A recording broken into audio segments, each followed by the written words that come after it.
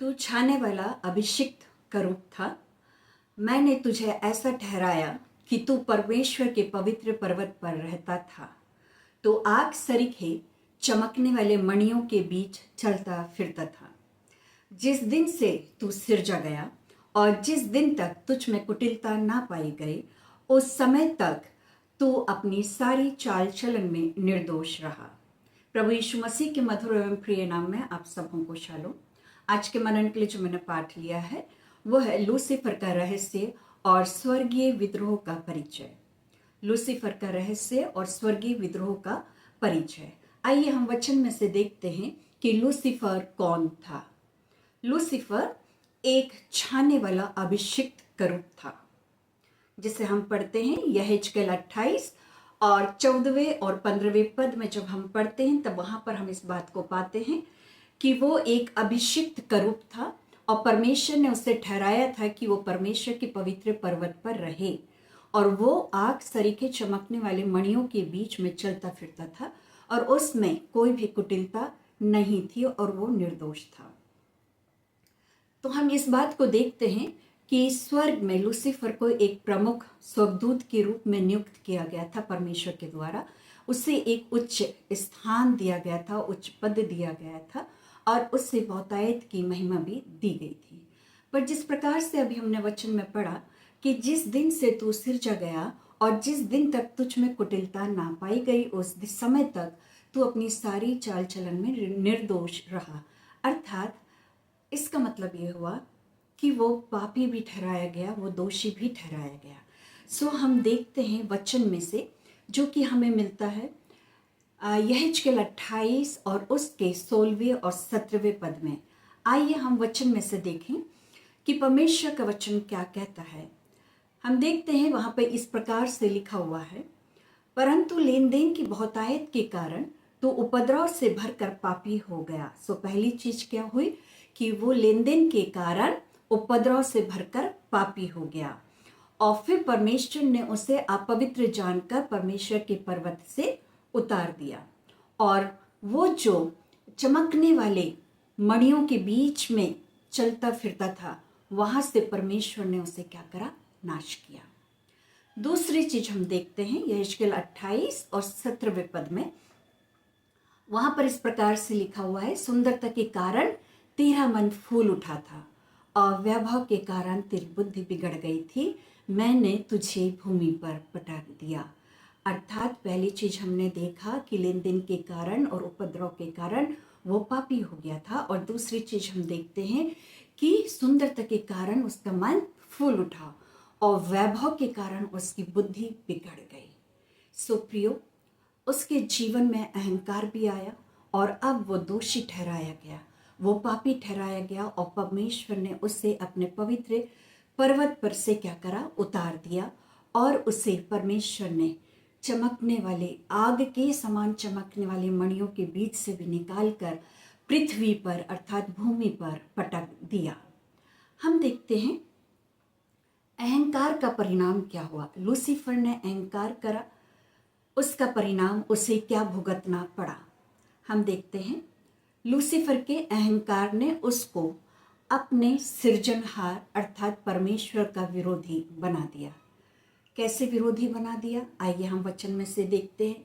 यशायाह 14 और उसके 12 से 15वें पद के बीच में हम देखते हैं, वहां पे लिखा हुआ है, हे भोर के चमकने वाले तारे, तू क्यों कर आकाश से गिर पड़ा, तू तो जाति जाति को हरा देता था, तू अब कैसे काट कर भूमि पर गिराया गया।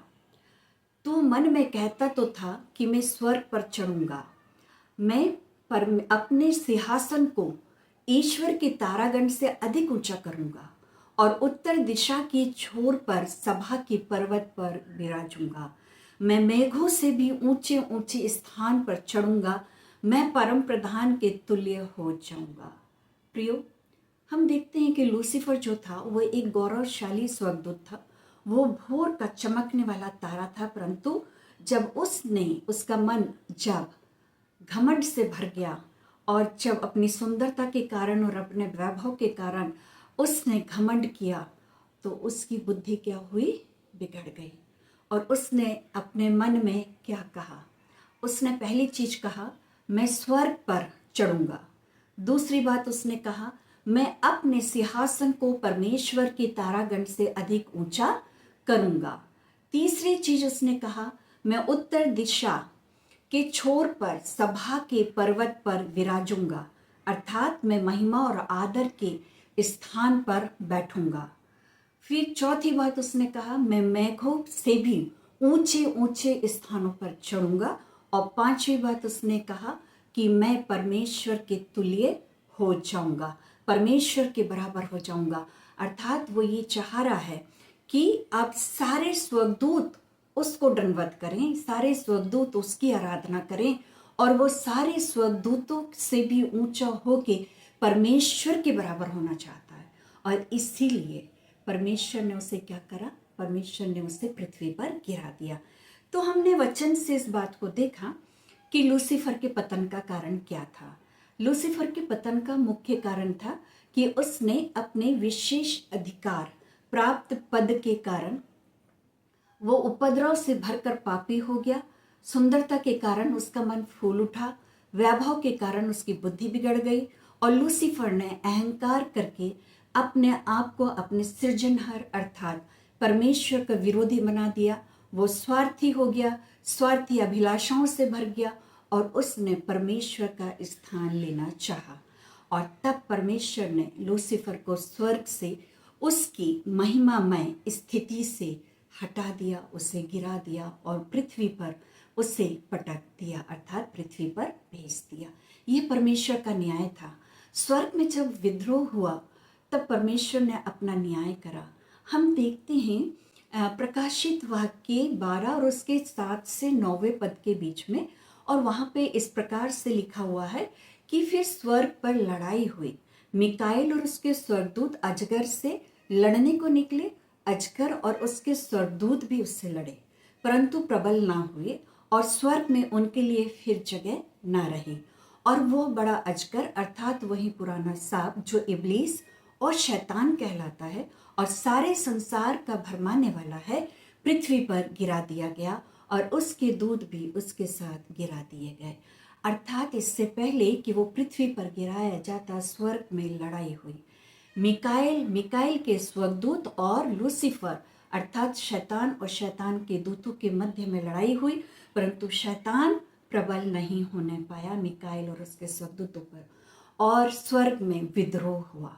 उसने अपने सृजनकार परमेश्वर पिता के विरुद्ध में क्या करा? वहां पर विद्रोह करा, युद्ध करा, और फिर उसे परमेश्वर ने पृथ्वी पर पटक दिया।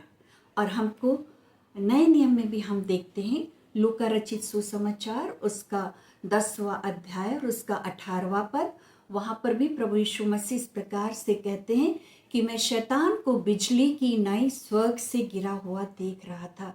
अर्थात जिस समय लूसीफर या शैतान स्वर्ग से गिराया गया, उस समय प्रभु यीशु मसीह ने भी इस बात को देखा कि वो क्यों स्वर्ग से गिराया गया। दूसरा कुरिन्थियों 11 और उसका 14वां पद भी हमसे इस प्रकार से कहता है कि यह अचंभा नहीं करना, क्योंकि शैतान भी ज्योतिर्मय स्वर्गदूत का रूप धारण कर सकता है।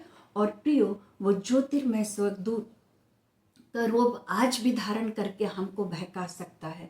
इसलिए हमें सतर्क रहना है कि जब हम ऐसी कोई बातों को देखें तो इस बात को समझें, क्या ये स्वर्गदूत सही में परमेश्वर के स्वर्गदूत है, परमेश्वर की सेना का स्वर्गदूत है, या फिर ये शैतान एक स्वर्गदूत का रूप लेके हमें बहकाने के लिए आया है।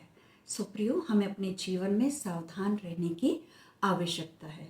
लूसीफर का अहंकार और उसके विश्वासघात ने स्वर्ग में क्या करा? एक युद्ध को छेड़ा, परंतु वो उस युद्ध में सफल नहीं होने पाया और वो परमेश्वर का विरोधी हो गया, और इसलिए परमेश्वर ने उसे क्या करा?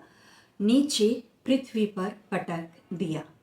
प्रियो, जब से परमेश्वर ने मनुष्यों की सृष्टि की है अपने स्वरूप में और अपनी समानता में, तब से लूसीफर अर्थात शैतान आदम और हवा का ध्यान अपनी ओर केंद्रित करके उन्हें पाप में गिराया, पर उसके साथ साथ वो तब से आज दिन तक इस बात में लगा रहता है कि मनुष्यों को किस प्रकार से अपने जाल में फंसाए और अपने पाप और अभिलाषाओं में उन्हें फंसा कर क्या करे, अपना शिष्य बना ले।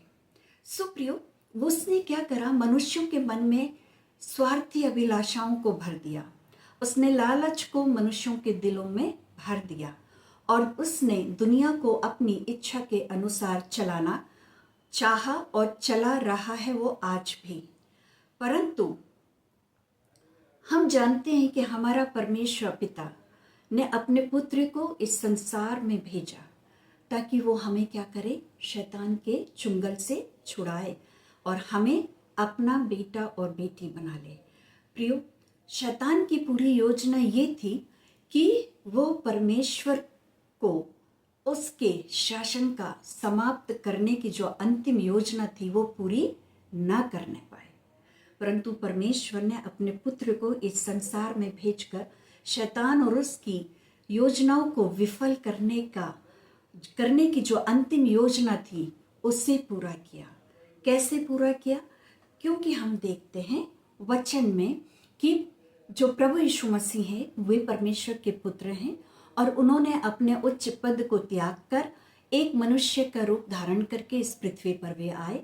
उन्होंने अपने आप को दीन किया और उन्होंने अपने आप को ऐसा शून्य कर दिया कि दास का रूप धारण कर लिया और यहाँ तक आज्ञाकारी रहा कि मृत्यु, हाँ, क्रूस की मृत्यु भी सह ली और फिर तीसरे दिन जीवित होकर परमेश्वर के दाहिने हाथ में वो विराजमान है और विश्वासियों को लेने के लिए दोबारा आने वाले हैं। अर्थात शैतान के शासन को समाप्त करने की परमेश्वर की जो अंतिम योजना थी उसे प्रभु यीशु मसीह ने क्रूस पर अपने आप को बलिदान करने के द्वारा पूर्ण किया।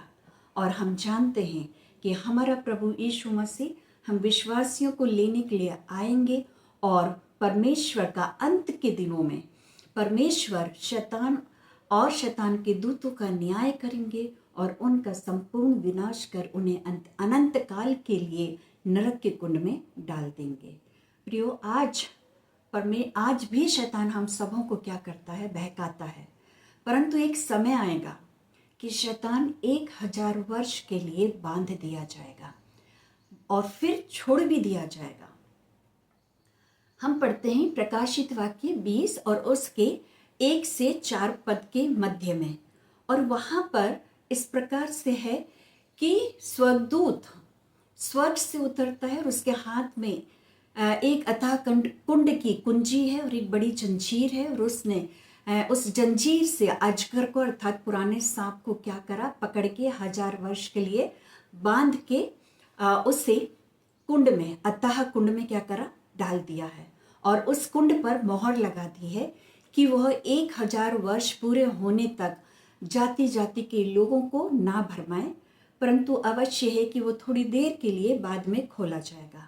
और फिर परमेश्वर का वचन वहाँ पे इस प्रकार से कहता है 4 पद में कि फिर मैंने सिंहासन देखे और उन पर लोग बैठे हुए और उनको न्याय करने का अधिकार दिया गया और उनकी आत्माओं को देखा जिनके सिर यीशु की गवाही देने और परमेश्वर के वचन के कारण काटे गए थे और जिन्होंने ना उस पशु की और ना उस मूर्त की पूजा की थी और ना उसकी छाप अपने माथे और हाथों पर ली थी। वे जीवित होकर मसीह के साथ 1000 वर्ष तक का राज्य करते रहे। सो प्रभु जब हमारा आएगा, हमें लेके जाएगा, तब हम परमेश्वर के साथ प्रभु यीशु मसीह के साथ 1000 वर्ष तक क्या करने वाले हैं, राज्य करने वाले हैं। और फिर उसके बाद प्रकाशित वाक्य 20 और उसका 7वां पद कहता है और 1000 वर्ष पूरे हो चुके होंगे तब शैतान के कैद से छोड़ा जाएगा और उसके बाद वो उन जातियों को जो पृथ्वी के चारों ओर होंगी उन्हें भरमा कर लड़ाई के लिए इकट्ठा करने को निकलेगा और वे सारी पृथ्वी पर फैल जाएंगी और पवित्र लोगों की छावनी और पवित्र नगर को क्या करेंगी, वो घेर लेंगे और आग स्वर्ग से उतरकर उन्हें भस्म करेंगी। जितने भी शैतान और शैतान की सेनाएं जो कि पवित्र लोगों की छावनी को, प्रिय नगर को घेर लेंगे, उन सबको स्वर्ग से आग गिर कर भस्म करेंगी और उनका भरमाने वाला शैतान आग और गंधक की झील में, जिसमें वो पशु और झूठा भविष्यवक्ता भी होगा, डाल दिया जाएगा और वे रात दिन युगानुयुग पीड़ा में तड़पते रहेंगे। सुप्रियो, हमारा परमेश्वर का वचन इस प्रकार से कहता है कि शैतान का नाश होना अवश्य है और वो हमेशा हमेशा के लिए युगानुयुग पीड़ा के लिए नरक में डाल दिया जाएगा और वो वहां से फिर नहीं निकलेगा। अर्थात परमेश्वर अपनी अंतिम योजना में शैतान का और उसके साथ उसके गिराए हुए स्वर्गदूतों का अनंत काल के लिए संपूर्ण विनाश निश्चय करके रखा है और परमेश्वर ऐसा करने जा रहा है। सुप्रियो, हम वचन में से देखते हैं कि लूसीफर एक गौरवशाली स्वर्गदूत था, भोर का चमकने वाला तारा था, परमेश्वर के पवित्र पर्वत पर वो रहता था, आग सरीखे चमकने वाले मणियों के बीच में वो चलता फिरता था, परंतु परमेश्वर ने उसे पृथ्वी पर गिरा दिया। क्यों गिरा दिया? उसके पतन का मुख्य कारण था कि उसने अपने विशेष अधिकार प्राप्त पद के कारण उपद्रव करा स्वर्ग में।